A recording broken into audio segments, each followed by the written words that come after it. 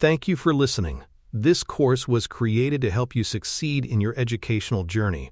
Learn more at baremetalcyber.com, where additional podcasts, books, newsletters, and cool merchandise await. Let's get started. Third-party risk is the exposure your organization assumes when it relies on external partners for technology, services, or data. In AI programs, that exposure expands because models, prompts, datasets, and tool integrations frequently come from outside your direct control. When you integrate an external inference API, entrust training to a cloud platform, or use a vendor's labeling workforce, you inherit their security posture, good and bad. Dependencies can introduce vulnerabilities you did not design: opaque logging, weak key management, permissive defaults, or delayed patching. Think of third-party risk as a network of shared fates. A flaw upstream or a misstep by a service provider can ripple into outages, breaches, or regulatory problems for you. Defining the scope clearly: who counts as a third party, what systems they touch, and which data they process, turns a vague concern into a manageable, measurable program. Vendors in AI fall into several practical categories that shape your controls. Cloud service providers host compute, storage, and networking for training and inference, so their isolation, logging, and identity models become your baseline. Pre-trained model providers supply weights or APIs. Their training data provenance, safety evaluations, and update cadence affect your risk. Dataset vendors deliver corpora and labels, raising questions about licensing, privacy, and bias. Plugin and connector developers extend agents into email, documents, finance systems, or code repositories. Their permissions and audit trails determine how safely tools are invoked. Each category touches different assets and failure modes. Classifying vendors this way helps you tailor questionnaires, contractual clauses, and monitoring to what actually matters. No generic survey can substitute for controls aligned to the kind of power a vendor holds inside your AI pipeline. Supply chain overlap means you rarely consume a vendor in isolation. You import their artifacts and their dependencies. A base container image, a Python library, a prompt template pack, or a model checkpoint can each carry inherited vulnerabilities, outdated packages, poisoned data shards, or subtle license conflicts. Shared accountability follows. If a vendor's SDK silently disables logging or a connector requests broad scopes, your environment's attack surface grows even though your code never changed. Extended attack surfaces also arise when vendors rely on subcontractors for annotation, red team services, or content delivery, multiplying paths for leakage or compromise. Treat artifacts as you would code. Verify signatures, scan for known issues, track provenance, and rehearse rollback. Make suppliers disclose their own supply chains so you can see past the first hop and decide whether that extended web of trust meets your standards. Contracts are where expectations become enforceable. Security clauses should specify baseline controls encryption, access management, logging, vulnerability management, and require timely patching. Audit rights let you review evidence, request remediation, and, when needed, perform or commission independent assessments without breaking service. Incident reporting obligations must define severity thresholds, notification timelines, information to be shared, and cooperation during forensics. Liability provisions allocate who pays when harms occur, including caps, exclusions, and indemnities for intellectual property or data protection breaches. Add subprocessor disclosure, change control notice, and exit assistance so you can see who else touches your data, veto risky shifts, and depart cleanly with your logs and models intact. Clear, specific language avoids debate under pressure. In a crisis, you want a playbook baked into the contract, not a philosophical argument about what reasonable security means. Assessing vendor security starts before signature and matures after. Questionnaires are useful triage, but answers must be anchored in evidence. Policy documents, architecture diagrams, data flow maps, and control matrices that show how requirements are met. Third-party certifications, such as SOC 2, ISO 27001, or sector-specific attestations, signal discipline, but are not substitutes for scope-accurate proof. Ask for recent penetration test summaries, remediation status, and vulnerability metrics relevant to the services you will actually use. Validate logging schemas, retention, and export paths so you can investigate incidents without vendor gatekeeping. Where AI is the product, request evaluation reports, red team results, and fine-tuning safeguards that limit memorization or leakage. The goal is to replace trust us with testable artifacts and to document residual risks explicitly so your governance body can accept or decline them with eyes open. Ongoing monitoring keeps the picture current as vendors evolve. Continuous risk scoring blends external signal security ratings, breach reports, leak trackers, with internal telemetry about how the integration behaves in your environment. Threat intelligence helps you spot campaigns targeting your sector or specific platforms you depend on. Anomaly detection across vendor activity, unexpected API calls, scope expansions, token surges, or unusual data flows can surface misuse or compromise early.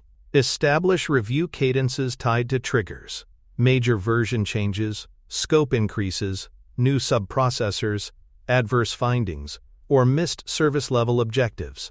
Close each review with actions. Tighten permissions, rotate keys, request fixes, or if necessary, suspend the integration.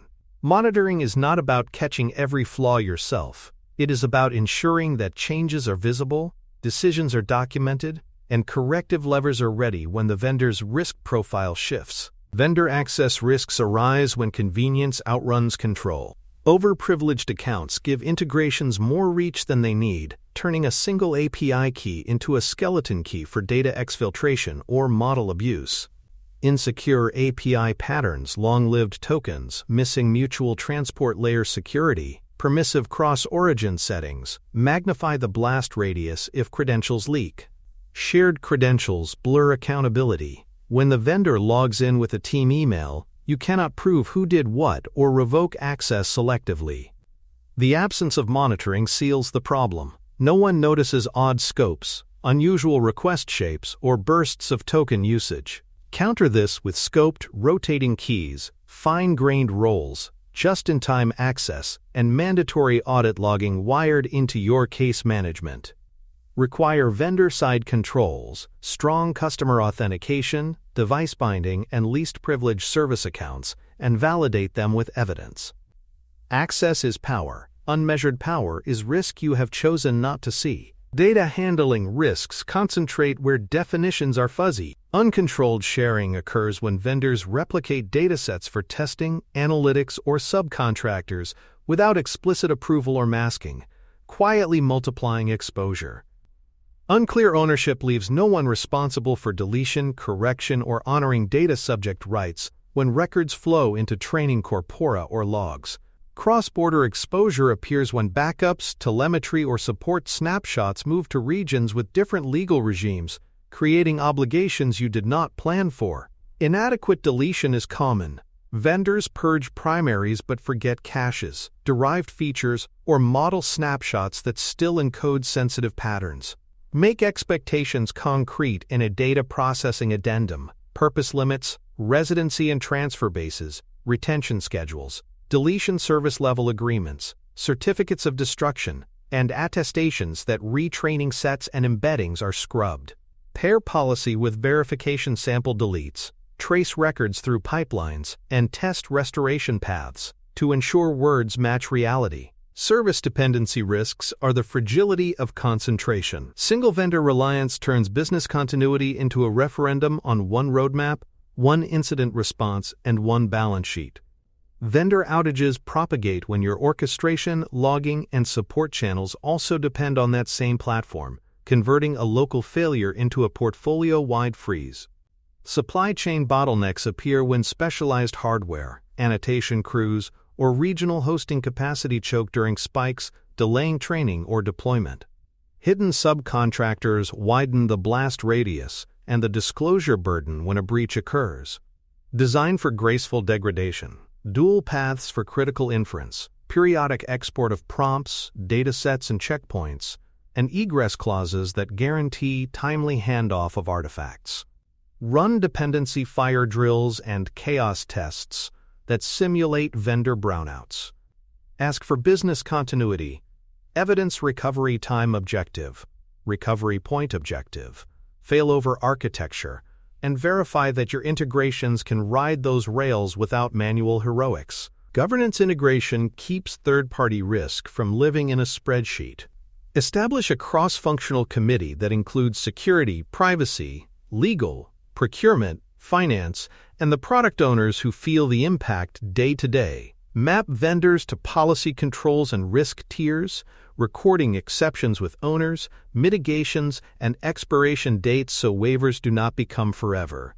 Define crisp escalation procedures. What severity triggers suspension, who notifies customers, when regulators are contacted, and rehearse them.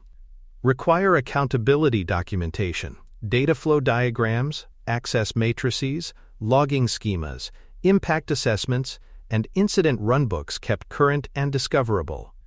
Feed all of this into a living risk register linked to contracts and technical inventories, so anyone can trace from a finding to the clause and the control that addresses it. Governance is not bureaucracy. It is the muscle memory that aligns decisions under pressure with commitments on paper. Metrics turn vendor risk from opinion to management signal. Track the number of vendors assessed against your baseline and the percentage classified as high risk, segmented by business unit and data sensitivity. Measure remediation timeframes for findings and exceptions, not just whether a report exists. Velocity shows whether the program changes reality. Monitor incident frequency and severity tied to third-party causes, along with mean times to detect, contain, and recover when a vendor is involved. Add coverage measures, share of integrations with least privilege scopes, percentage using short-lived tokens, proportion with exportable logs, and effectiveness measures such as how often monitoring caught anomalies before harm. Present trends and deltas, not just snapshots, and tie metrics to decisions. Budget for remediation, gating in procurement, and renewal terms. A metric that does not alter contracts or configurations is decoration, not governance. Strategic importance is the reason this effort deserves leadership attention. Resilience across the ecosystem means your services bend rather than break when a provider stumbles. Because you built portability, visibility, and practiced response into the design. Trust in vendor services grows when partners know you verify, and customers see that integrations meet a consistent bar for security and privacy. Compliance assurance improves as evidence contracts, logs, assessments, becomes a routine byproduct of operation rather than a scramble before audits. Above all, disciplined third-party risk management protects enterprise AI. Models are trained on lawful data, prompts and tools run with least privilege, and supply chain shocks do not derail critical workflows. You cannot outsource accountability, but you can share it wisely and prove that you have. For more cyber-related content and books, please check out cyberauthor.me. Also, there are other prepcasts on cybersecurity and more at baremetalcyber.com. Scaling a vendor risk program requires treating it like a product with backlogs, releases, and telemetry. Automate intake so every purchase request spawns a risk record with the vendor's category, data types, scopes, and regions. Tie approvals to risk tier. Low-risk tools flow through a light path, while providers touching production data face full assessments and security reviews. Build a centralized registry that links contracts, subprocessors, technical integrations, owners, and renewal dates, and expose it to finance and procurement so spend and risk move together. Replace annual questionnaires with event-driven checks triggered by version changes, scope expansions, incidents, or missed service levels. Publish standard control profiles for each category cloud host, model provider, dataset vendor so expectations are consistent and auditable. Finally, invest in portability. Routine exports of prompts, datasets, and checkpoints, plus pre-negotiated exit plans make vendor changes survivable rather than traumatic. Tools amplify coverage when teams are small and ecosystems are large. Third-party risk platforms track assessments, findings, and evidence, turning scattered documents into a shared source of truth. Continuous monitoring services watch for breaches, leaked credentials, and configuration drift in public signals, while contract management systems surface clauses on notification, liability, and sub-processors at the moment you need them. Security rating feeds can be useful triage but should be corroborated with vendor-supplied artifacts, not treated as verdicts.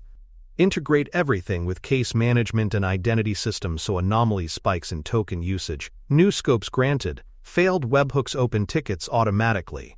Prefer tools that export machine-readable data. Auditors, customers, and regulators will ask for proof packages you can compile quickly. Adopt a no-orphan evidence rule. Every claim in a vendor's response links to a document, a diagram, or a log you can verify. Sector specifics reshape what good looks like for vendors. In healthcare, partners must handle protected health information with strict consent, access logging, and rapid breach notification, and decision support tools require validation against clinical standards. Financial services providers face model risk management expectations, transparent assumptions, challenger testing, and human oversight for high-value transactions, along with retention and surveillance rules. Education technology vendors encounter constraints on minors, data, parental rights, and profiling limits that affect analytics and personalization. Government contractors operate under procurement rules, transparency to the public, and impact assessments for systems affecting eligibility or rights. These differences are not footnotes. They determine evidence depth, review speed, and acceptable architectures. Translate them into vendor playbooks with required artifacts and red lines so evaluators know what to ask for, and product teams understand where flexibility ends. Legal and compliance links convert vendor controls into enforceable obligations. Map each contract to applicable laws, privacy regimes for data processing, sector statutes for record-keeping, export controls for cross-border transfers, and transparency rules for synthetic content. Embed data processing terms that specify lawful basis, purpose limits, retention, deletion service levels, and permitted sub-processors, and require attestation that training sets and embeddings respect licensing and opt-outs. Define audit reporting obligations, what triggers notification, how quickly, what evidence must be shared, and how cooperation proceeds during forensics. Add enforcement mechanisms, cure periods, escalation paths, and the right to suspend integrations when material controls fail. Keep these mappings current in your registry so when a regulation changes, you can find affected vendors and initiate amendments. Contracts are not paperwork. They are the levers you pull when risk materializes. Vendor management faces structural challenges that won't disappear with a new form. Transparency is limited when startups protect roadmaps or larger providers restrict architecture details to preserve multi-tenancy security. Ecosystems fragment. One solution hides 5 sub-processors, each with different standards and jurisdictions. Oversight is expensive engineer hours for reviews, duplicated tests across business units, and the opportunity cost of slower procurement. Meanwhile, the landscape shifts quickly. Providers pivot products, change pricing, or deprecate features that your workflows depend on. Counter these realities with prioritization and modularity. Focus deepest scrutiny on the integrations with the most power and data. Architect wrappers and brokers so you can swap providers with limited code change. Maintain realistic service-level expectations for assessments and refuse to pretend that a thin questionnaire equals assurance. Clear scope beats false precision. Strengthening the ecosystem is a shared project. Industry-wide assessment templates reduce repetitive burden and drive comparability, while vendor certification programs create portable assurances that procurement teams can trust. Consortium-led standards covering logging schemas, incident fields, provenance manifests, and watermark labeling let platforms and enterprises automate verification rather than argue formats. Encourage vendors to publish trust packages, model cards, data provenance summaries, evaluation reports, red team results, and recovery objectives in a consistent bundle.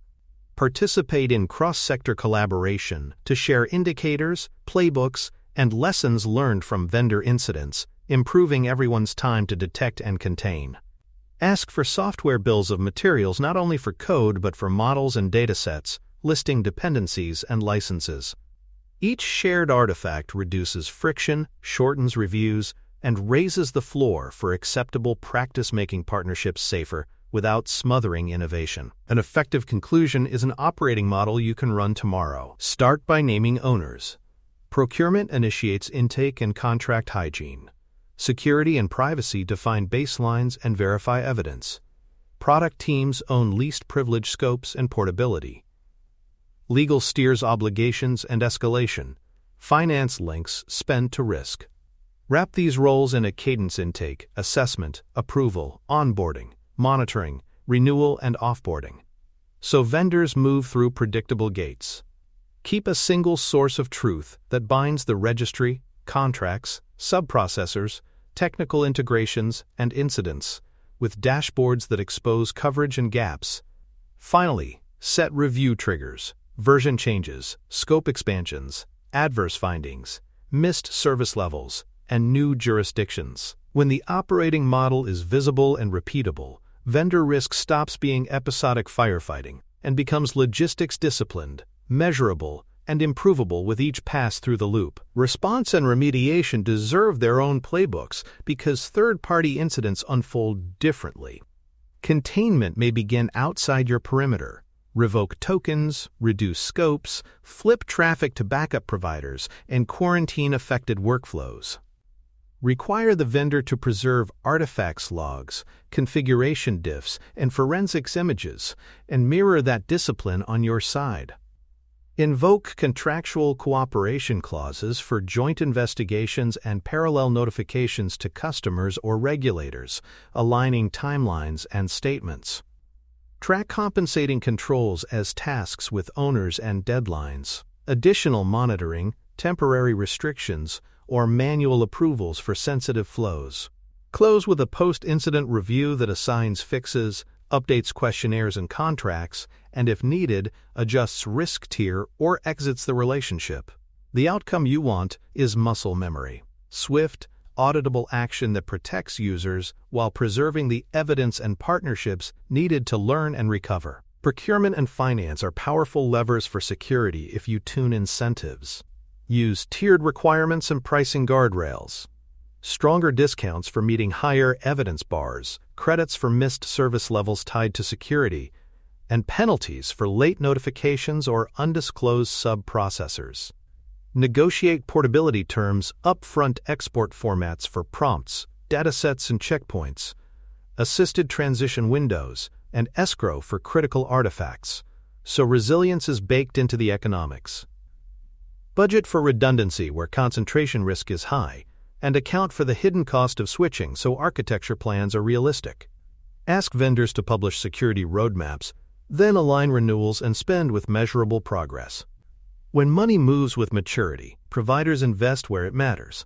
When it does not, promises outpace practice, and your exposure persists. Data discipline is where governance meets engineering. Establish data contracts that specify allowed uses, retention, residency, and deletion timing for every category of information a vendor touches: training corpora, telemetry, prompts, embeddings, and user artifacts. Require lineage, who contributed which records under what basis, and how those records propagate into features, fine-tunes, or logs. Validate with sampling and trace tests so contracts are more than words on paper. Tie contracts to controls you can observe, masking in lower environments, privacy filters before export, redaction in logs, and attested scrubs of retraining sets. When semantics, law, and telemetry line up, you can answer hard questions from auditors and users without a scramble: where the data came from, where it went, and how it left cleanly. Plan your exits before you need them. Run portability drills that rebuild critical workloads on an alternate provider using the latest exported prompts, datasets, and checkpoints. Measure how long it takes, what breaks, and which clauses you relied on. Test read-only modes and degraded service paths to survive vendor brownouts. Keep a roster of qualified alternates and pre-negotiated terms for rapid onboarding under pressure. Document the decision criteria for suspension or termination security failures, transparency gaps, chronic SLO misses, and the communication plan for customers and regulators. Exits are not admissions of failure. They are the proof that accountability sits with you, not with a logo on someone else's login page.